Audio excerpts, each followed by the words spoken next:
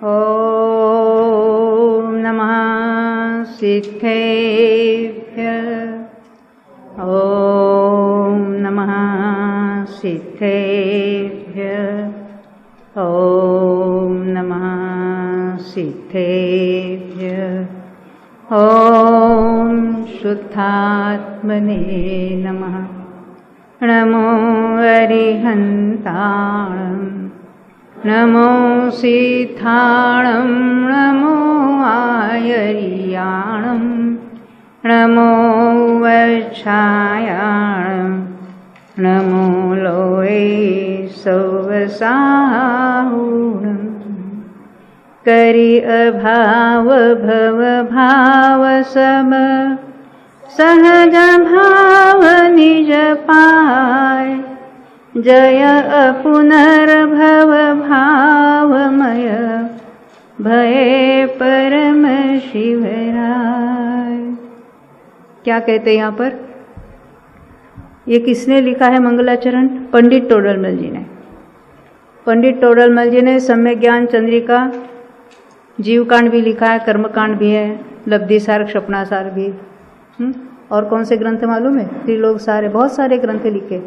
उसमें से जो कर्मकांड है, सम्यक ज्ञान चंद्रिका कर्मकांड, उसमें भावचूली का अधिकार है। वो भावचूली का अधिकार के आधार से हम यहाँ जीव के 5 भावों की चर्चा करने जा रहे हैं। विषय सरल है, कोई चिंता नहीं है। पुस्तक में आगे वाले सारे भंग और स्थान देखकर घबराने की जरूरत नहीं है। हम गणित में नहीं जाने वाले, तो पहले से ही भागने की कोशिश मत करना। नहीं समझ में आया तो बिल्कुल पूछना, और जिसको कुछ नहीं समझ में आएगा उसके लिए एक प्राइज रखेंगे हम, अंतिम दिन उसको मिलेगा। यहाँ कहते करि अभाव भव भाव सब, सभी भावों। पेज नंबर है 712। अच्छा, प्राइज कितना चाहते? 5000 रुपये चलेगा बस? अच्छा, खुश। जिसको कुछ नहीं समझ में आएगा, प्रवीणा बेन, उसको हम 5000 रुपये देने वाले हैं, तो समझने की कोशिश करना। करि अभाव भव भाव सब, सभी भावों का अभाव करके, ऐसा लिखा है ना? क्या लिखा है? सभी भावों का, भव के भावों का। तो भव के भाव भी कुछ होगे ना। अभी सुना ना, पुण्य भाव करो, पाप भाव करो, उससे तो भव ही बढ़ने वाले हैं, भव का अभाव नहीं होने वाला। तो ऐसे जो भाव है, कैसे? जिनके कारण नए नए भावों का बंध भी होता रहे और भाव बढ़ते भी रहे, ऐसे सभी भावों का अभाव करके करि अभाव भव भाव सब। और क्या है? सहज भाव निज पाए। अपना जो स्वभाव भाव है वो सहज है, और उसका लक्ष्य करने से जो पर्याय में भाव प्रकट होंगे वे भी सहज है। तो ऐसे सहज भाव प्रकट करके उसको पाकर, प्राप्त करके क्या होंगे? भये परम शिवराय। जिन्होंने मोक्ष अवस्था प्राप्त की है। और वो कैसे भाव है? अपुनर्भव भावमय। मोक्ष अवस्था अपनी ही अवस्था है, और वो कैसी है? अपुनर्भव भाव है। फिर दोबारा भव न धारण करे, ऐसा वह भाव है, उसमय जीव हो जाता है। अब वो कौन से भाव है, क्या है, उनके क्या नाम है, वो हम सब देखेंगे। क्योंकि भाव भाव शब्द तो बहुत हम सुनते हैं, है ना? क्या क्या सुनते हैं? अरे ये शुभ भाव है, अशुभ भाव है, शुद्ध भाव है, ऐसे भी भाव हमने सुने हैं। और कैसे सुने हैं? हाँ, भाव भी खाते हैं। अच्छा, भाव खाने का भी भाव देखा है हमने। और हमें बहुत भक्ति भाव से हम भगवान की पूजा करते, वो भी भाव हमने सुना है। ऐसा भी कहते हैं जो भाव से आप पूजा करो तो आपको फल मिलेगा। वो भाव से वो 99 बार यात्रा करो तो आपको मोक्ष मिलेगा, है ना? कौन से भाव से यात्रा करेंगे तो मोक्ष मिलेगा बेटा? हाँ, यात्रा करने का भाव शुभ भाव है। तो कितनी बार यात्रा करेंगे तो मोक्ष मिलेगा, ये मेरा प्रश्न है। नहीं मिलने वाला, उससे नहीं मिलने वाला। तो किससे मिलेगा उसकी भी चर्चा करेंगे। गुरुदेव की तो कथा सबको मालूम है। भाव के बारे में सुना था कि नहीं सुना था? आपने सुनी है? गुरुदेव की क्या पद्धति थी? प्रवचन के पहले आकर बैठते थे आधा घंटा और वो अपना शास्त्र पढ़ते रहते थे। तो उनके सामने ऐसे मुमुक्षु भी आकर बैठ जाते थे। तो शास्त्र पढ़ते पढ़ते ऊपर देखा और उन्होंने पूछा, सोने का भाव क्या है? उस जमाने की बात थी जब 512, 515, 520 कुछ भाव था। एक ने बताया 520 रुपये है, दूसरे ने बताया नहीं 525 रुपये है। उन्होंने बताया मुझे उस भाव से क्या लेना देना, अरे सोने का भाव क्या होगा? क्या होगा? उसके जो स्पर्श रस गंध वर्ण जो गुण है वो उसका भाव है। तो हम तो ये भाव से तो बहुत परिचय है ना। किसी के साथ लौकिक में चर्चा होती है तो किसकी चर्चा होती है? अरे अभी क्या भाव चल रहे हैं, कैसे स्क्वायर फुट क्या भाव चल रहे हैं, आपके यहाँ क्या चल रहे हैं अभी? मालूम नहीं। इसकी चर्चा थी, सोने का भाव क्या चल रहा है, डॉलर का भाव क्या चल रहा है, इन भावों की तो चर्चा करते हैं, परंतु अपने भाव क्या है इससे हमें कुछ पता ही नहीं है। तो ये जीव के कौन कौन से भाव होते हैं उसकी हम चर्चा करेंगे। तो कौन से द्रव्य में भाव होते हैं मेरा प्रश्न है, आप बताएंगे बेटा? कौन से द्रव्य में भाव होते हैं? कौन बताना चाहते? हाँ, सभी द्रव्य में भाव होते हैं। तो जीव द्रव्य में कौन से है, पुद्गल में कौन से है, अन्य द्रव्य में कौन से, उसकी भी हम चर्चा करेंगे यहाँ पर। तो जीव द्रव्य में कौन से भाव होते हैं, तो उसके लिए तत्वार सूत्र में सूत्र लिखा है। तत्वार सूत्र का दूसरा अध्याय है और पहला सूत्र है। क्या सूत्र है वहाँ लिखा है? औपशमिक क्षायिको भावो मिश्रस्य जीवस्य स्वतत्वम। और कौन से रह गए? औदैक पारिणामिकौच। अपनी भाषा में सुनना है। तो कौन कौन से भाव बताए? पहला औपशमिक भाव, क्षायिक भाव, मिश्र का अर्थ क्या होता है? क्षायोपशमिक भाव, फिर ये औदैक भाव और पारिणामिक भाव। ये क्या है? जीव के स्वतत्व है, जीव के अपने भाव है, जीव के असाधारण भाव है, वो उसके विशेष भाव है, जीव के अपने उसमें पाए जाते हैं। पारिणामिक भाव सभी द्रव्यों का अपना अपना होगा।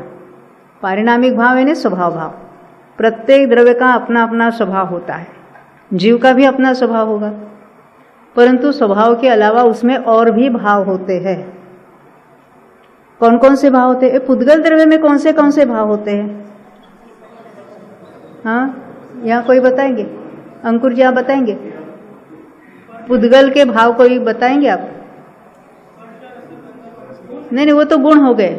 जैसे जीव में हमने यहाँ 5 भाव लिखे हैं ना, जीव के 5 भाव लिखे हैं, ऐसे पुद्गल में कितने भाव होते हैं? हाँ, क्या कहते हैं नलिन भाई, क्या कह रहे? क्या कह रहे? जड़त्व एक ही है कि 2-4 है? हाँ,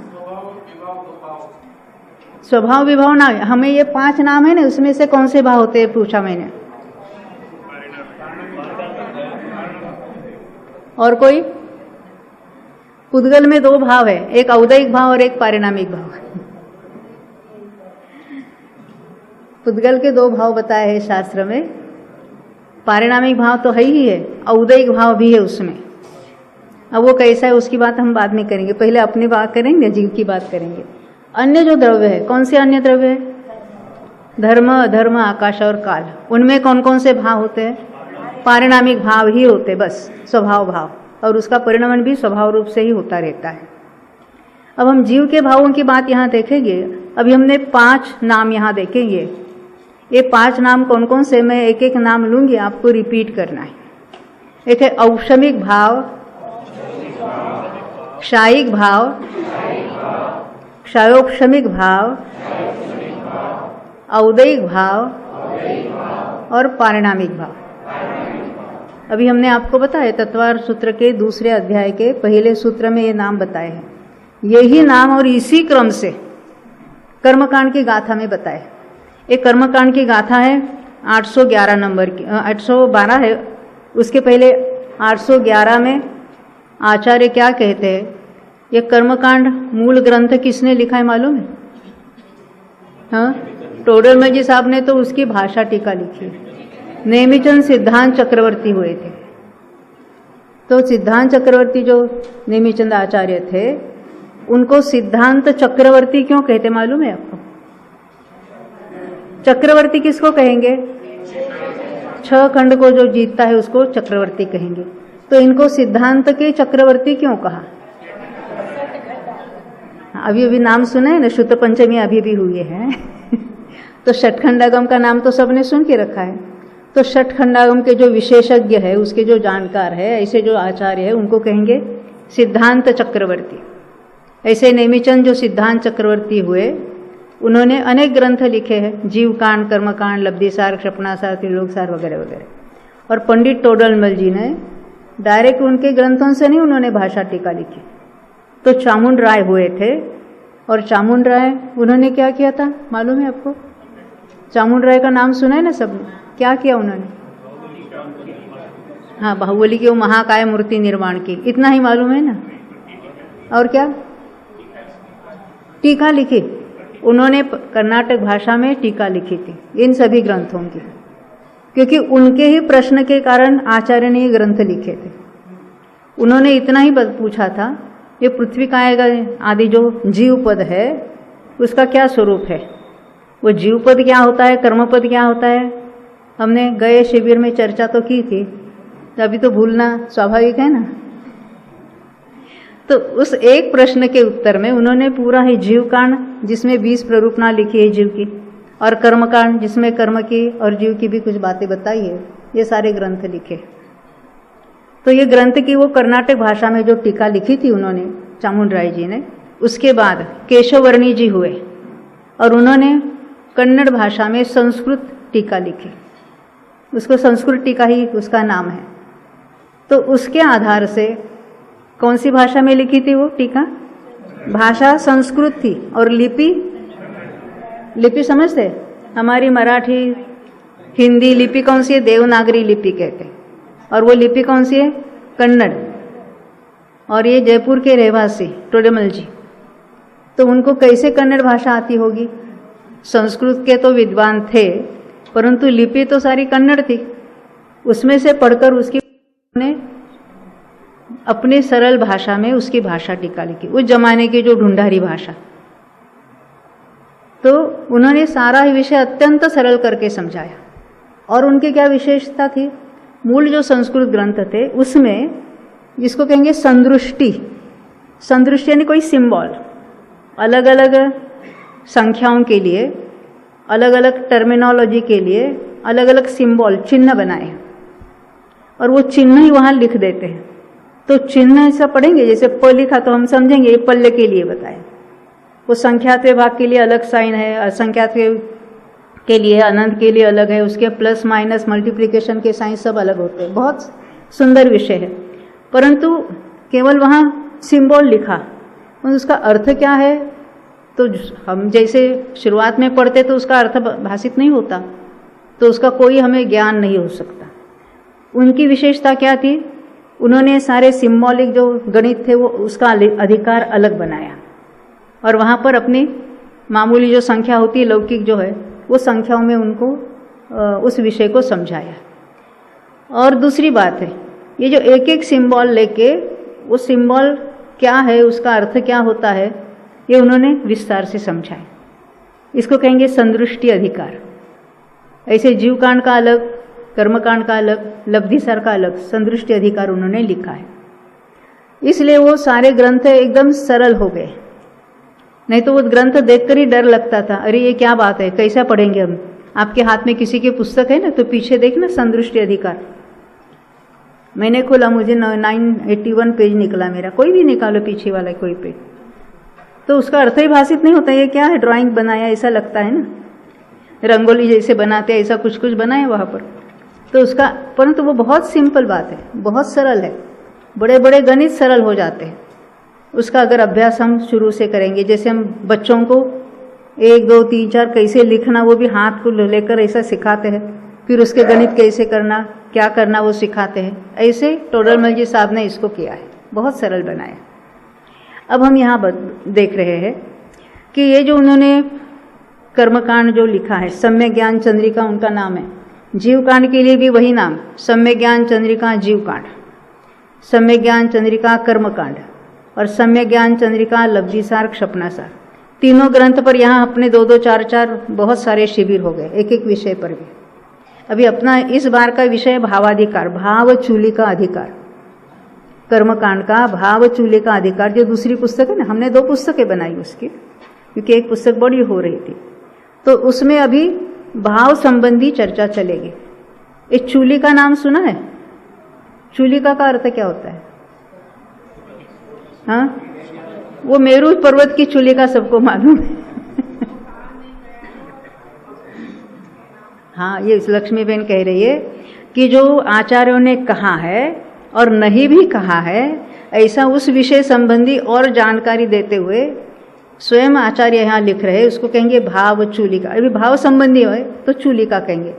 आपने शायद अगर धवला का अभ्यास होगा तो धवला की 6ठी पुस्तक है, पूरी पुस्तक चूलिका रूप से है। जो जो विषय आ गया है उसमें और अधिक जानकारी देते हैं आचार्य, उसको कहेंगे चूलिका। ये चूलिका यानी पर्वत के शिखर को कहते चूलिका, वो बात यहाँ नहीं है। तो ये भाव चूलिका अधिकार में यहाँ जीव के 5 भावों की बात यहाँ चलेगी। तो यह भी हमने जो सूत्र देखा था, उस सूत्र का उसमें क्या लिखा था? जीव के स्वतत्व है। कौन से? 5 भाव। सभी भाव जीव के अपने भाव है, असाधारण भाव है। ऐसा नहीं कि ये विकारी भाव है तो जीव के अपने नहीं, ऐसा नहीं लिखा है। उदयिक भाव जीव का नहीं, ऐसा नहीं लिखा है। और क्षायिक भाव ही जीव का, ऐसा भी नहीं लिखा है। ये जीव का ही अपना परिणाम है, जीव की परिणति है। तो उसमें कौन कौन से भाव आते हैं उसकी अभी हम चर्चा करेंगे। तो ये जो आचार्य, जो नेमिचंद आचार्य है, वो भाव चूलिका के शुरुआत में मंगलाचरण करते हैं। आचार्यों की ये पद्धति है, किसी भी विषय को बताना है तो पहले कहेंगे कि मैं इस विषय पर अभी बताऊंगा, और ये बातें कौन सी है? जो जिनेंद्र भगवान ने बताई है वही बातें मैं आपको बताऊंगा। अब उन्होंने यहाँ जो 811 नंबर का जो गाथा है, पुस्तक में है, मैं पढ़ूंगी, आप सुनना। गौमट्ट जिनेन्द्र छंदम पणमीय गौमट्ट पयत्थ संयुक्तम गौमट्ट संगह विषयम भावगयम चूलियम वोच्छम। उसका अर्थ पढ़ती मैं। गोमट जिनेन्द्र, गोमट किसको कहा? वर्धमान स्वामी अथवा नेमिनाथ स्वामी का प्रतिबिंब, उसको गोमट कहा। गोमट का अर्थ क्या होता है अपनी भाषा में? अच्छा, सुंदर। क्या? वो घूमट नहीं है, वो मंदिर के उमट, वो गोमट नहीं होता। तो कहते वही है चंद्रमा। गोमट जिनेन्द्र चंदम, चंदम यानी चंद्र, उसको रूपक बनाया, वही जो चंद्रमा है, उनको नमस्कार करके पदार्थ, गोमट पदार्थ, पद और अर्थ, तो समीचीन यानी यथार्थ पद, शब्द और अर्थ से संयुक्त, अथवा समीचीन पदार्थों के वर्णन से संयुक्त ऐसी जो गोमटसार ग्रंथ में है, और तीर्थंकर के शास्त्र के गोचर भावों के कथन को जो प्राप्त है, ऐसी भावगत चूलिका को मैं कहूँगा। अपनी भाषा में हम सुनते हैं इसको भी। आचार्य क्या कह रहे हैं? जो तीर्थंकर भगवान ने बताए हैं उनके उपदेश के अनुसार मैं भावों के संबंध में आपको कुछ बातें बताऊंगा। तो यहाँ अपनी भावों की संबंधी चर्चा चलेगी। अब चर्चा करते 812 जो गाथा है, वहाँ उन्होंने उसके नाम बताए। जिस ऑर्डर से, जिस क्रम से ये नाम बताए तत्वार सूत्र में, कौन सा क्रम है? पहला कौन, किसका नाम लिया था? और दूसरा नाम? देख के बताना, आपके हाथ में ही चार्ट है। दूसरा 2 नंबर का चार्ट है ना, देखो पहला नाम किसका लिया है, दूसरा, तीसरा, चौथा और 5वां। तो ये क्रम ऐसा ही क्यों, वो भी देखेंगे हम बाद में। कुछ ऐसे भी क्रम से बता देते ना, जीव के तो 5 भाव है, तो यही क्रम क्यों, उसकी भी चर्चा करेंगे। अब इस गाथा में भी वही क्रम लिखा है, यानी उमा स्वामी के तत्वार सूत्र में जो क्रम लिखा है सूत्र में, वही क्रम इस गाथा में भी बताया। अब हम गाथा पढ़ेंगे। देखो, 813 नंबर की गाथा में है। वो पहले वो गाथा पढ़ेंगे, बाद में उसका 812 की बात हम बात करेंगे। देखो, उवसम खयो मिस्सो ओदयो पारिणामियो भावो भेदादुगणव तत्तो दुगुणि विसंतियम कमसो। उसका मैं अर्थ बताती हूँ। यही नाम है उपसम, यानी उपशम भाव, औपशमिक भाव। खयो यानी क्षायिक भाव, मिश्र यानी क्षौपशमिक भाव, औदयिक भाव और पारिणामिक भाव। ये जो भाव है उनके भेद कितने हैं, ये भेद भी यहाँ ऊपर लिखे हैं। आप चार्ट देखना, देखो इसमें यहाँ कितने कितने भाव लिखे हैं। औपशमिक भाव 2 है। ये कितने कौन से है वो हम चर्चा बाद में करेंगे। औपशमिक भाव हमने 2 देखे। क्षायिक भाव कितने हैं तो कहते हैं 9 है। क्षायोपशमिक भाव 18 है। औदयिक भाव 21 है और पारिणामिक भाव 3 है। अभी हमने गाथा में सेकंड लाइन क्या पढ़ी थी, भेदा, यानी इनके भेद कितने हैं, कितने, दुग, दुग यानी 2, नव, नव यानी 9। आगे लिखा है तत्तो दुगुण। तत्तो दुगुण का अर्थ क्या है, 9 से दुगुणे।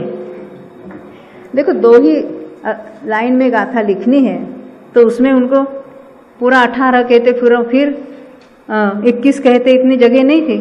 तो इससे दुगुणे, इससे दुगुणे, इससे डबल 18 भाव ये हो गए। और फिर इगिविसम यानी 21 और तियम यानी 3। तत्वार सूत्र का जो सूत्र है ना, पहला सूत्र तो कौन सा अभी हमने आपको बताया, कौन सा बताया था, औपशमिक क्षायिको भावो मिश्रश्च जीवस्य स्वतत्वम औदयिक पारिणामिकौ च।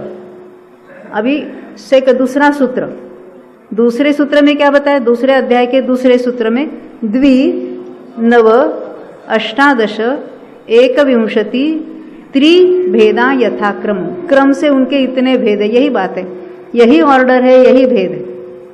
यानी वो तत्वार सूत्र में भी नाम इसी ऑर्डर से लिखे हैं और भेद भी इसी पद्धति से उन्होंने लिखे। तो 2 लाइन में उन्होंने पहले नाम बताए और क्रम से उनकी संख्या बताई। तो कहते वे मूल भाव 5 है।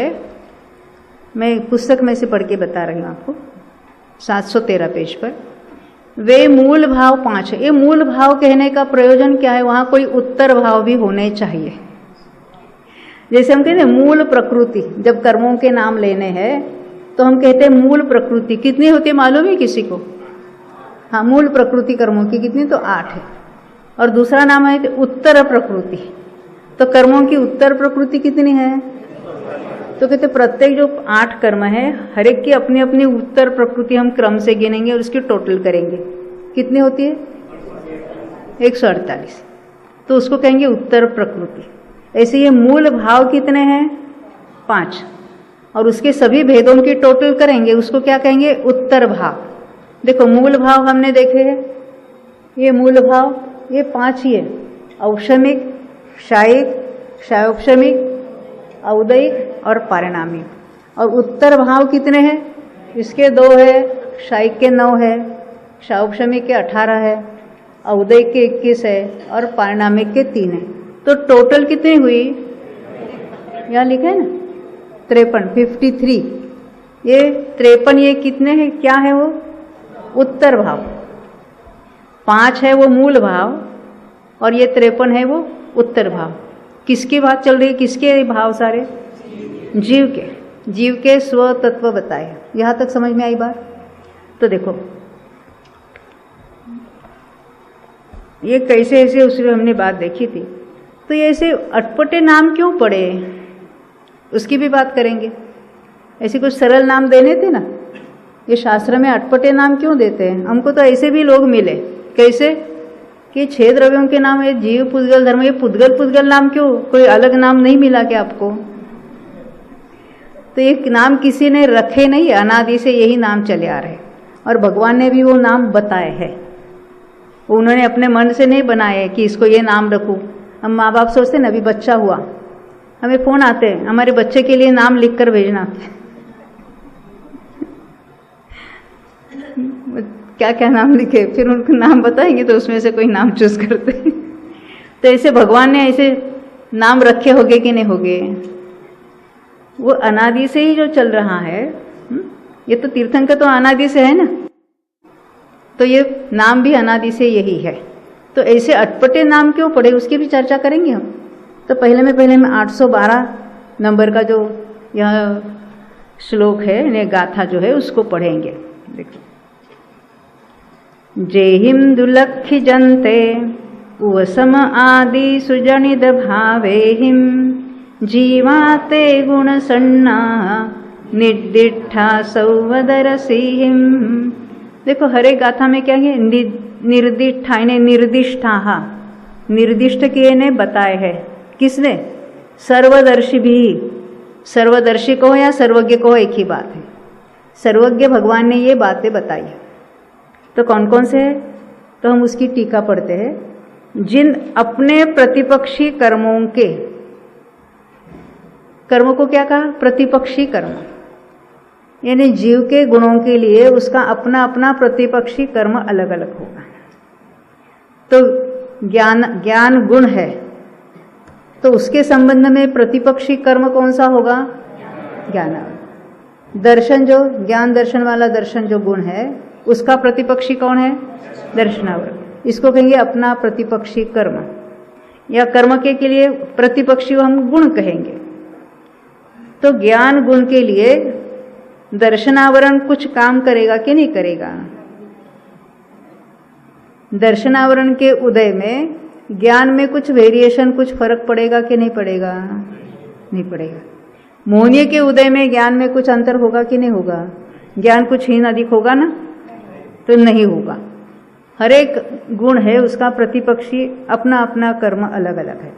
तो यहाँ क्या कहते हैं, जिन अपने प्रतिपक्षी कर्मों के उपशमादि, उपशमादि में उपशम है, क्षय है, क्षोषम है, उदय है, उसको कहेंगे उपशमादि होने पर उत्पन्न हुए। ये किसके भाव है? कर्म के जीव के? हाँ, क्या कह रहे? उपशम है वो कर्म के है, पर उपशमादि जो भाव, उपशमादि भाव है वो जीव के है।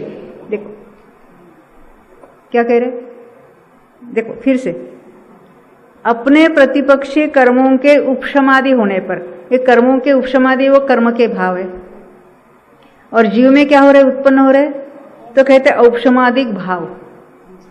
तो ये कर्मों ने जीव के औपशमादि भाव उत्पन्न किए कि नहीं किए? हमें निर्णय करना है ना, क्योंकि हम सारा ही दोष कर्मों पर डाल के बैठते हैं। क्या करें, कर्म का उदय चल रहा है, नहीं तो हम कब के सम्यक तो प्राप्त करते हैं ना।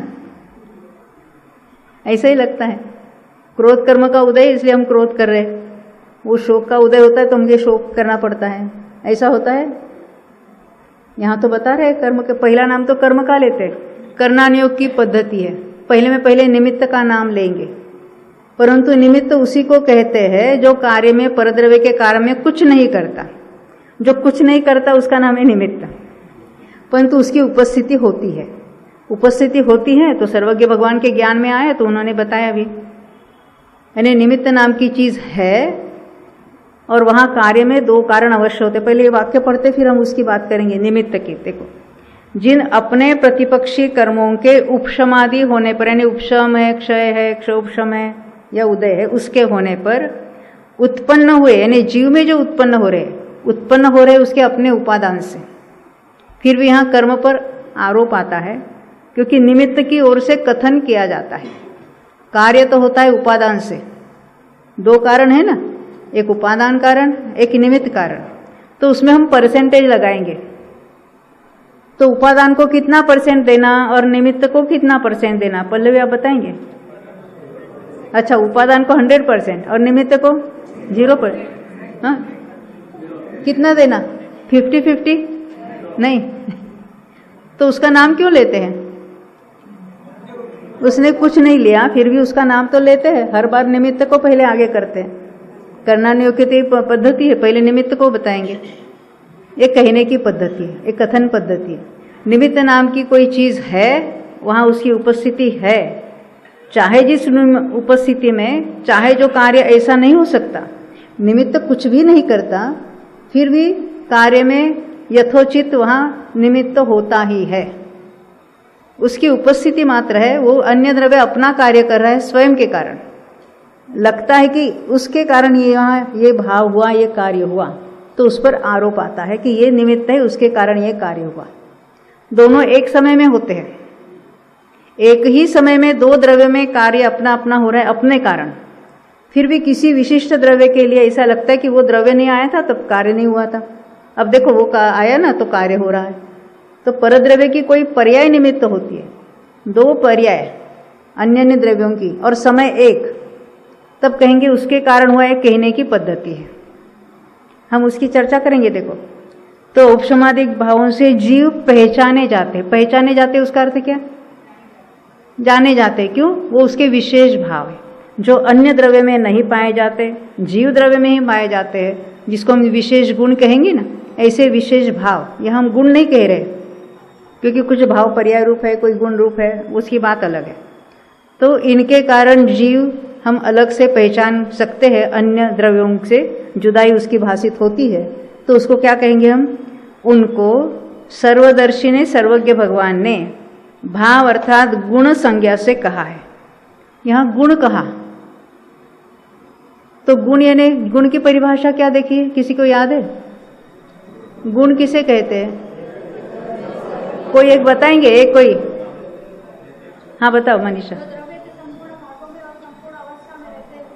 हाँ, तो आपने कहा जो द्रव्य के संपूर्ण भागों में और उसकी संपूर्ण यानी सभी अवस्थाओं में जो पाया जाता है उसको हम गुण कहते हैं। और यहाँ क्या कहा? अभी हमने देखा क्या? औक्षमिक भाव, शौक्षमिक भाव, क्षायिक भाव, औदयिक भाव, ये सब क्या है? गुण कहा उसको। तो सभी अवस्था में पाए जाते हैं, तो यहाँ गुण क्यों कहा? पर्याय के लिए भी गुण कहने की पद्धति है, बहुत जगह पर्याय को गुण कहते हैं। हाँ, फॉर एग्जाम्पल नियम सा देखो, विभाव गुण, स्वभाव गुण ऐसा कहा है। किसके लिए? ज्ञान की पर्याय के लिए। मति ज्ञान, श्रुत ज्ञान के लिए क्या कहा? विभाव गुण कहा था। और केवल ज्ञान को स्वभाव गुण कहा। एक गुणस्थान नाम सुना है कभी? गुणस्थान यानी कौन से स्थान शब्द समझते हैं? स्थान यानी वेरिएशंस। तो गुणों के स्थान है कि एक पर्यायों के स्थान है? तो पर्याय को गुण कहने की पद्धति है शास्त्र में। यहाँ पे लिखा है, देखो, उनको सर्वज्ञ भगवान ने भाव अर्थात गुण संज्ञा से कहा है। ये गुण यानी यहाँ पर्याय के लिए गुण शब्द आया है। देखो, कहीं कहीं द्रव्यों को भी गुण कहते हैं, सॉरी गुण को तो गुण कहते ही है, और कभी पर्याय को भी यहाँ गुण कहेंगे। गुण कहो, भाव कहो। अब यहाँ 5 भावों में तो स्वभाव को भी भाव कहा है और पर्यायों को भी भाव कहा है। तो इसमें से 5 भावों के नाम जो सुने आपने, उसमें स्वभाव वाला भाव कौन सा है और पर्याय वाले भाव कौन से हैं? हाँ बोलो, कौन? तुझे बोलो। हाँ हाँ, बाकी 4 उसको विभाव मत कहो, वो पर्याय के भाव, पर्याय भाव है। देखो क्या कहते हैं, यानी ये टीका भी हमने पढ़ी थी ना, 412-13 की पढ़ी। देखो अभी हम आगे देखते हैं कि ऐसे नाम क्यों पड़े, उसकी भी चर्चा है कि उसको देखने के पहले हम निमित्त और नैमित्तिक जो चर्चा है उसकी बात करेंगे, क्योंकि वो बहुत महत्व का पॉइंट है। देखो, कार्य होता है, कार्य होता है ना क्या? द्रव्य में अपनी पर्याय होती है। कब होती है? निरंतर होती है। निरंतर क्यों होती है सोने पे? द्रव्यत्व गुण के कारण। कि द्रव्यत्व गुण क्या बताता है? कि द्रव्यत्व गुण जिस शक्ति के कारण द्रव्य का परिणमन निरंतर होता है, एक समय का भी अंतर नहीं पड़ता, बीच में गैप नहीं पड़ता है, तो निरंतर परिणमने का द्रव्य का स्वभाव है, तो उसका निरंतर परिणमन चलता रहता है। तो उसके कारण यहाँ क्या हो रहा है? प्रत्येक द्रव्य में प्रति समय अपने अपने पर्याय। हम गुण की बात करेंगे, प्रत्येक गुण में लगाएंगे। अभी हम इन जनरल द्रव्य की बात करेंगे। तो द्रव्य में प्रति समय अपनी अपनी पर्याय हो रही है। क्यों हो रही है? द्रव्य का स्वभाव है। और अपनी अपनी पर्याय स्वयं करे। अर्थ क्रियाकारित्व जो वस्तुत्व गुण है वो क्या कहलाता है, क्या कहता है?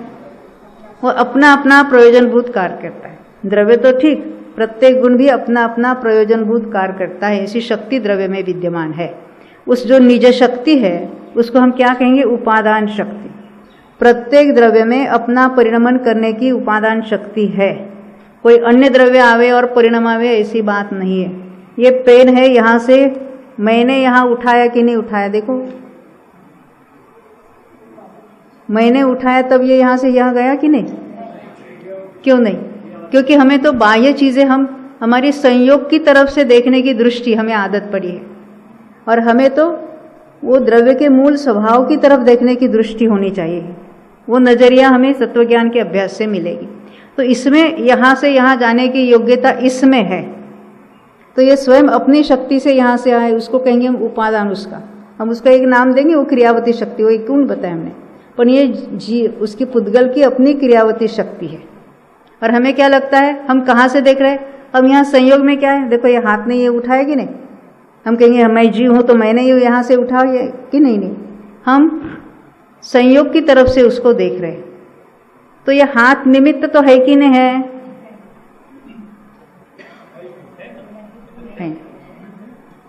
नियम रूप निमित्त कौन है?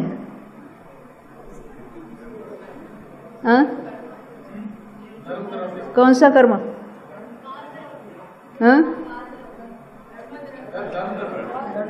धर्म द्रव्य। अनंत पुद्गल और अनंत जीव जो उनके यहाँ से वहाँ गमन चलता है। देखो, निमित्त के भी दो प्रकार होते हैं। एक होता है अंतरंग निमित्त, एक बहिरंग निमित्त। अंतरंग किसको कहना और बहिरंग किसको कहना? जो नियम रूप निमित्त होता है उसको कहेंगे अंतरंग निमित्त।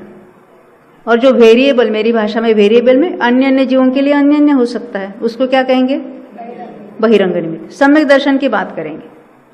अभी औपशमिक सम्यक दर्शन होता है, वो क्या होता है हमने देखा नहीं, परंतु नाम है ना औपशमिक सम्यक दर्शन। यहाँ कर्मों की कुछ उपशम अवस्था चलती होगी। तो औपशमिक सम्यक दर्शन में निमित्त कौन कौन से हो सकते हैं? हमने तो शास्त्र में पढ़े, देवों में क्या होता है?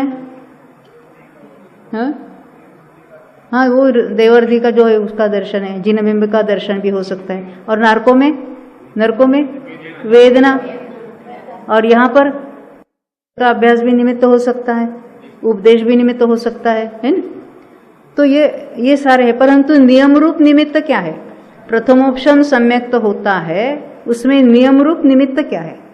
चारों गतियों के लिए जो कॉमन होगा, बिल्कुल कर्मों का उपशम। परंतु ऐसा नहीं कि अंतरंग में हमेशा कर्म ही होगा, ऐसा नहीं है। जैसे गमन के लिए हमने धर्म द्रव्य को निमित्त कहा, वहाँ कोई कर्म की बात नहीं है। जो नियम रूप सभी जो कार्य हो रहे हैं कोई भी जीव के, वहाँ जो नियम रूप होगा, जीव कहाँ जो जिस किसी द्रव्य का कार्य हो रहा है उसको नियम रूप निमित्त को क्या कहेंगे हम? अंतरंग। और जो अन्य अन्य होते हैं सम्यक दर्शन के हेतु, उसको क्या कहेंगे? बहिरंग। नहीं समझे? अभी अपनी चर्चा चल रही थी ना, देशना और देशनालब्धि दो बातें होती है। देशना क्या होती है? उपदेश को देशना का। और देशनालब्धि क्या है? वो उपदेश समझना, यानी सुनना, समझना, धारण में रखना, निर्धारण करना, वैसा परिणमन होना, वो सारा देशनालब्धि है, जो हम ज्ञान की पर्याय कहेंगे। यानी ज्ञान की पर्याय हुई, उसमें निमित्त कौन है? देशना। देशना निमित्त है ना। तो देशना वो देशनालब्धि में निमित्त है। तो देशना में किसको लेना? उसमें भी बहिरंग और अंतरंग दो भेद किए, नियम सार निकालो, उसमें लिखे निमित्त। हम कहते आजकल ये चर्चा चली ना, मिथ्या दृष्टि का निमित्त चलेगा कि नहीं चलेगा? देशना में मिथ्या दृष्टि का निमित्त चलेगा कि उसके उपदेश से? हाँ, होना चाहिए ना। उसमें भी अंतरंग बहिरंग दो निमित्त बताए नियम सार में। तो वहाँ तो जिनबिंब दर्शन भी हो सकता है, ऐसे अलग अलग बताए हैं। और वहाँ तो कहते शास्त्र का पढ़ना भी हो सकता है किसी को, परंतु जिनके पूर्व में ज्ञानी की देशना मिली है, ऐसे जीवों ने, अभी सामने कोई शास्त्र पढ़कर सुना रहा है, वो निमित्त हो सकता है, उसको बहिरंग कहा। अंतरंग नियम रूप निमित्त कौन लिया? देशना में भी ज्ञानी, और नियम सार में तो कहा वो ज्ञानी जीव के जो दर्शन होने के उपशमादि जो है, उपशम क्षय क्षोपशम जो पाया जाता है, नहीं उसका अर्थ क्या है? जो सम्यक दृष्टि है, ज्ञानी है, उसी के उपदेश से उसको देशना लब्धि मिलेगी, उसी को देशना कहा है। अज्ञानी के उपदेश को देशना नहीं कहा। हमारे अभी गजपंथा में चर्चा हुई थी, उसके बाद मैंने बम्बई जाके नियम सार निकाल के देखा, उसमें अंतरंग बहिरंग दो निमित्त लिए। जैसे जिन बिंब दर्शन से भी हो सकता है ना सम्यक दर्शन किसी को, तो देशना कब मिली थी? पूर्व में मिली थी, उसको तो निसर्ग जो सम्यक तो कहते हैं ख्याल में। तो ये जो निमित्त नैमित्तिक की बात आती है, ये क्यों नक्की करना है? कार्य होता है ना, पर्याय होती है, वहां दो कारण होते ही होते हैं। कौन से दो कारण? एक है निमित्त कारण और एक है उपादान कारण। उपादान कारण वो द्रव्य की निज शक्ति है उस पर्याय रूप से परिणमने के, और निमित्त है परद्रव्य अपनी अपनी पर्याय कर रहा है, तो हमें लगता है वो कार्य में अनुकूल होने का आरोप जिस पर आता है उसको हम कहेंगे निमित्त। ये तो हमने परिभाषा सबने सुनी है। निमित्त की परिभाषा मालूम है ना? क्या है निमित्त की परिभाषा? जो स्वयं तो कार्य रूप न परिणमे, परंतु कार्य की उत्पत्ति में अनुकूल होने का आरोप जिस पर आ सके उसको कहेंगे निमित्त। उसकी उपस्थिति है। जैसे आप जो साइंस पढ़े हैं तो कैटालिस्ट शब्द सुना है? हाँ सुना है ना डॉक्टर सर। क्या करता है कैटालिस्ट? केमिकल रिएक्शन में पार्ट लेता है, पार्टिसिपेट करता है? नहीं करता। उसके प्रेजेंस में वो कार्य होता है। ऐसे निमित्त के प्रेजेंस में वो द्रव्य अपना अपना कार्य कर रहा है। ऐसे निमित्त भाव होते उसका कथन भी आता है। तो ये कार्य हुआ एक और कारण हुए दो। तो उन कारण के कारण उनके निमित्त से या उनके लिए वो कार्य के नाम भी दो है। फिर से सुनना, कार्य एक हुआ और उसमें कारण है दो, तो कारण की तरफ से एक ही कार्य के दो नाम पड़े। मालूम है दो नाम? देखो, एक कारण है उपादान और दूसरा कारण है निमित्त। तो उपादान की ओर से उस कार्य को क्या कहेंगे? उपादेय।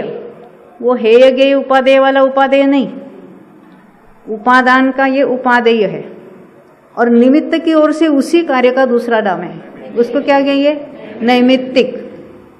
ये नैमित्तिक नाम कहाँ से पड़ा? किसकी ओर से? निमित्त की ओर से। तो निमित्त ने किया इसलिए बताते हैं, कार्य तो उस द्रव्य में हुआ है, नाम निमित्त की ओर से पड़ा है। लौकिक में तो यही पद्धति होती है। तो नाम निमित्त की ओर से पड़े हैं। अभी इसमें से जो चार नाम है ना, देखो ये 5 भावों में से हमने ये 5 भाव देखे। ये पारिणामिक भाव तो स्वभाव भाव है, परंतु ये 4 भावों को मिलकर एक नाम देना है तो हम कहेंगे जीव के नैमित्तिक भाव है। क्या कहेंगे उनको? जीव के ये नैमित्तिक भाव है। नैमित्तिक भाव करते वहां निमित्त की ओर से इनके नाम पड़े हैं। भाव किसके है? जीव के अपने। निमित्त ने उसमें कुछ हेरा फेरी नहीं की है, जीव ही स्वयं उन भाव रूप से परिणमित हुआ है 100%। कर्म के वहां जो कोई अवस्था है, वो कर्म अपने स्वयं के कारण कर्म में अवस्था हो रही है, उसी समय जीव में जीव के अपने कारण वो भाव हो रहे हैं। ना जीव ने कर्म के भाव कराया, ना कर्म ने जीव के भाव में कुछ हेरा फेरी की है। फिर भी कर्म की तरफ से, कर्म की अवस्था की तरफ से जीव की अवस्था को नाम दिया गया है। नाम कहाँ से पड़े? कर्म की अवस्था की तरफ से। तो इसको कहेंगे हम नैमित्तिक भाव। बारंबार आता है ना ये कर्म जीव के नैमित्तिक भाव है, नैमित्तिक भाव है। कौन से? औपशमिक है, क्षायिक है, क्षायोपशमिक है और औदैहिक है। ये कर्म की तरफ से जो नाम दिए जाते हैं उसको कहेंगे नैमित्तिक भाव। ये ख्याल में आई बात? हाँ, देखो अभी यहाँ देखेंगे उसमें कैसा कैसा निमित्त बनता है, उसको भी हम कहेंगे। ये बात यहाँ अभी हमने देखी थी ना, कर्म के उपशमादि की तरफ से जीव के जो औपशमिकादि अवस्था होती है उसकी बात यहाँ अभी चलेगी। अब हम 814 नंबर की जो गाथा है ना, उसकी बात हम यहाँ देखेंगे कि किसको क्या कहना, औपशमिक भाव किसको कहना, कर्म की कौन सी अवस्था होगी तो यहाँ उपशमिक भाव होता है, उसकी बात चर्चा चलेगी। देखो 814 नंबर की गाथा 713 नंबर के पेज पर। कम्मुवसम्मि उपसम भावो क्षीणमिखय्य भावोदु उदयो जीवस्य गुणो खौवसम्यो हवे भावो। प्रतिपक्षी कर्म के उपशम होने पर, हर बार प्रतिपक्षी कर्म शब्द डाला है, तो प्रतिपक्षी कर्म के उपशम होने पर औपशमिक भाव होता है। तो मेरा ये प्रश्न है, ज्ञान गुण का प्रतिपक्षी कौन है? ज्ञानावरण कर्म। तो ज्ञानावरण के उपशम में कौन सा भाव होगा?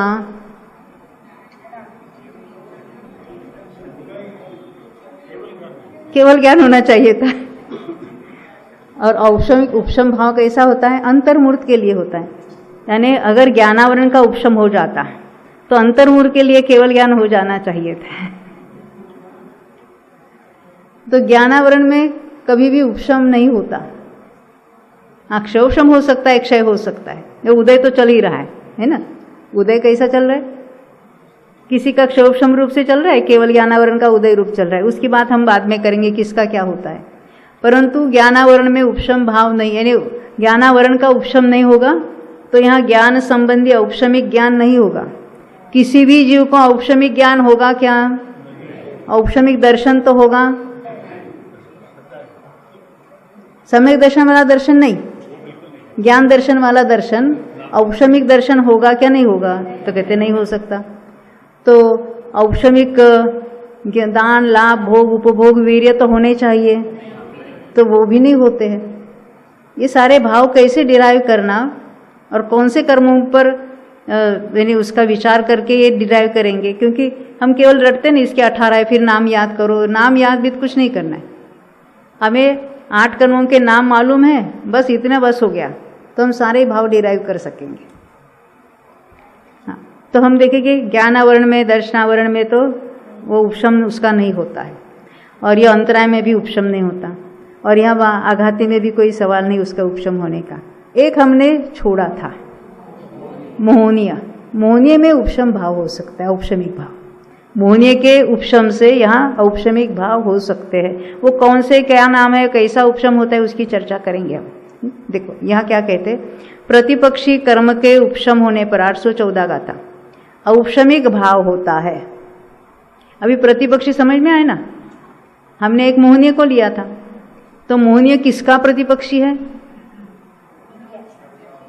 श्रद्धा और चारित्र का, क्योंकि उसमें दर्शन मोहनीय और चारित्र मोहनीय 2 भेद है, तो उसमें 2 भाव हो जाएंगे। उसके नाम क्या है, कैसे होते, उसकी चर्चा हम करेंगे। देखो, प्रतिपक्षी कर्म के उपशम होने पर औपशमिक भाव होता है। प्रतिपक्षी कर्म का संपूर्ण क्षय होने पर क्षायिक भाव होता है। अभी एक क्षायिक भाव भी यहाँ 9 बताए हैं। आपको 8 कर्म के नाम मालूम है सबको? कौन बताना चाहता है? एक कोई, हाँ बोलो, कोई हाथ पीछे ऊपर किया ना, बोलो बेन। हाँ, 8 कर्म आपने बताए, तो उसमें घाती कर्म के नाम पुरुषों में कोई बताएंगे? नवीन भाई आप बताएंगे? देखो, ज्ञानावरण, दर्शनावरण, मोहनीय और अंतराय। औपशमिक तो हमने देखा, मोहनीय में ही हमने औपशमिक लगाए थे। अब क्षायिक भाव हमको देखना है। तो अघाती के क्षय से कोई क्षायिक भाव नहीं होते हैं। क्षायिक भाव कितने लिखे यहाँ पर? 9। और हमारे पास घाती कर्म कितने हैं? 4। अभी ज्ञानावरण, यानी ज्ञानावरण के जो 5 भेद है ना, सबका क्षय होने पर क्षायिक ज्ञान, जिसको केवल ज्ञान कहते हैं, वो प्रकट होगा। क्षायिक भाव 9 गिनने हैं ना, कैसे याद करना? 4 घाती कर्म के नाम मालूम है? ज्ञानावरण के क्षय से क्षायिक ज्ञान प्रकट होगा, यानी केवल ज्ञान।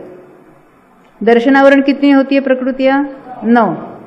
तो सभी 9 के 9 का जहाँ क्षय हो जाएगा तब क्षायिक दर्शन प्रकट होगा, यानी केवल दर्शन। 2 हो गए। मोहनीय का क्षय होने पर क्या क्या होगा?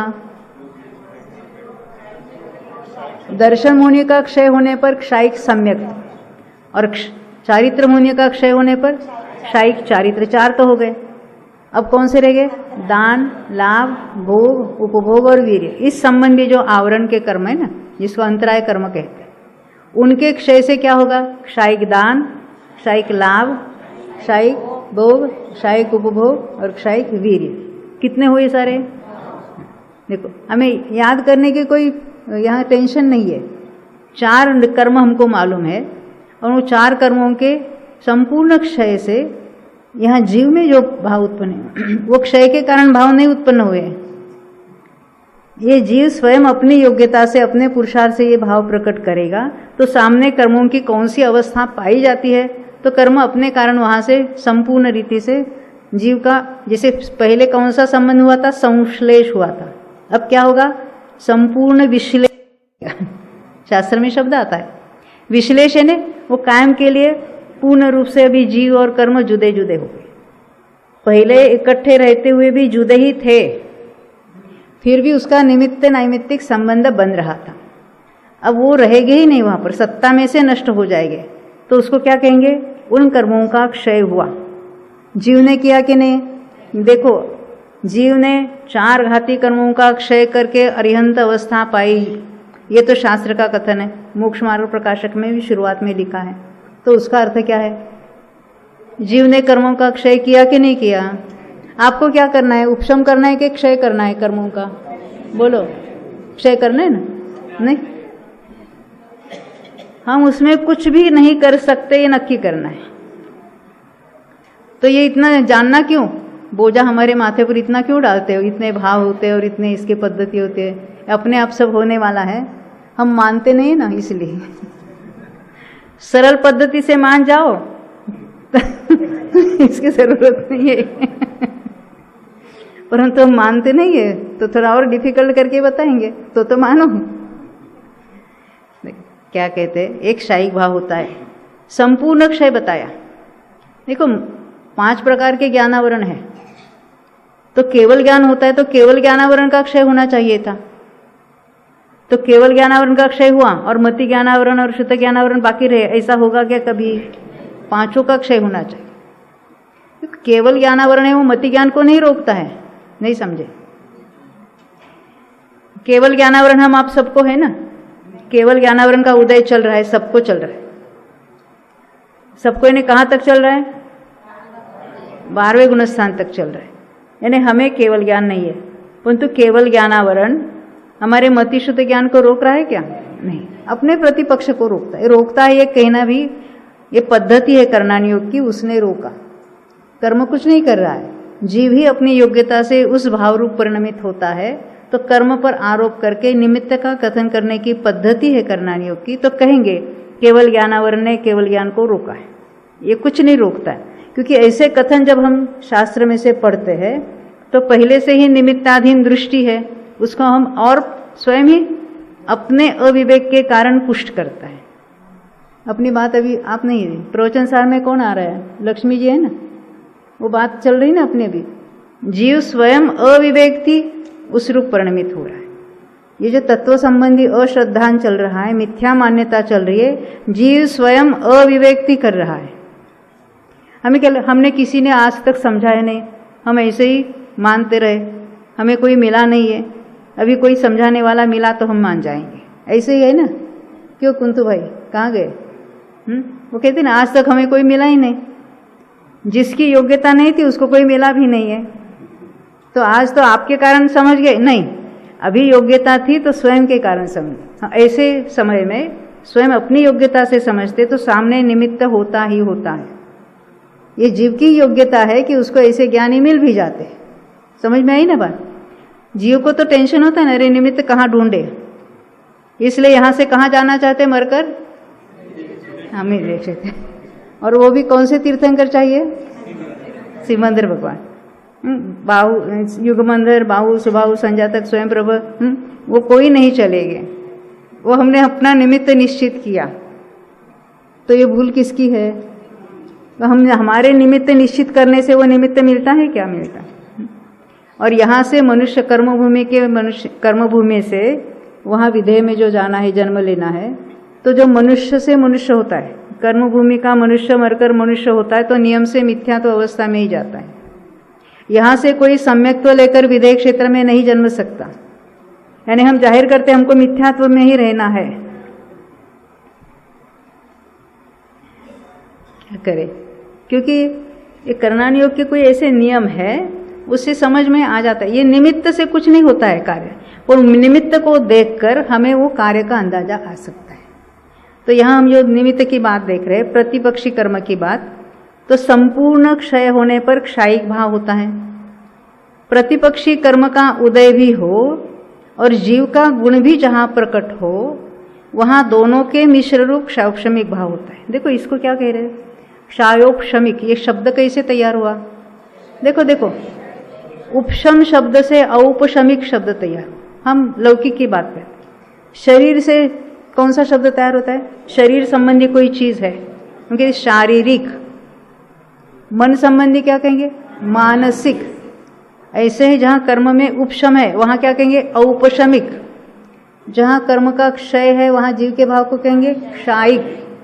और जहाँ क्षय और उपशम ऐसे मिश्र अवस्था है वहाँ क्या कहेंगे उसको, क्षायोपशमिक। ये जरा अटपटा शब्द है ना, हमारे लिए नया है। और वहाँ कर्म का उदय है, तो यहाँ कौन से भाव रहे, औदयिक। तो अभी हमने देखे थे, हमने जो उपशम भाव देखे उसमें मोहनीय को याद किया था। क्षायिक भाव में किसको याद किया था, चारों ही घाती कर्मों को याद किया था। अब क्षायोपशमिक भावों के लिए किसको याद करेंगे, घाती के अघाती किसको लेना, सब मुख्यतः घाती की बात होती है ना। तो उसमें भी घाती में भी बहुत सारे वेरिएशन है, उसकी तो चर्चा हम अभी दूसरे लेक्चर में करेंगे, अभी 3-4 मिनट बाकी है। तो क्षायोपशमिक भाव इतने 18 कैसे याद करेंगे, ये टेंशन बहुत आता है ना हमको, कुछ याद करने को बोले तो याद करना ही नहीं, मैं तो कहूँगी बिल्कुल नहीं याद करना। ये हमें 4 घाती कर्म मालूम है तो हम सबको डिराइव कर सकते हैं।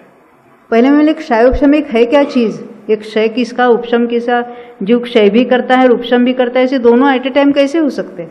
तो ये सब बातें हम उसकी चर्चा करेंगे। तो यहाँ क्या कहते हैं कि जहाँ प्रतिपक्षी कर्म का उदय भी हो और जीव का गुण भी जहाँ प्रकट हो। नहीं समझे, हमारे आपका मति ज्ञानावरण का उदय चल रहा है कि नहीं चल रहा है, मति ज्ञानावरण भी है, शुद्ध ज्ञानावरण का भी उदय चल रहा है, और हमारा मति शुद्ध ज्ञान भी प्रकट है। जो हम अभी जानने का कार्य हो रहा है हमारे मति शुद्ध ज्ञान में चल रहा है। यानी मति ज्ञानावरण और शुद्ध ज्ञानावरण हमारे मति और शुद्ध ज्ञान को रोकते नहीं है।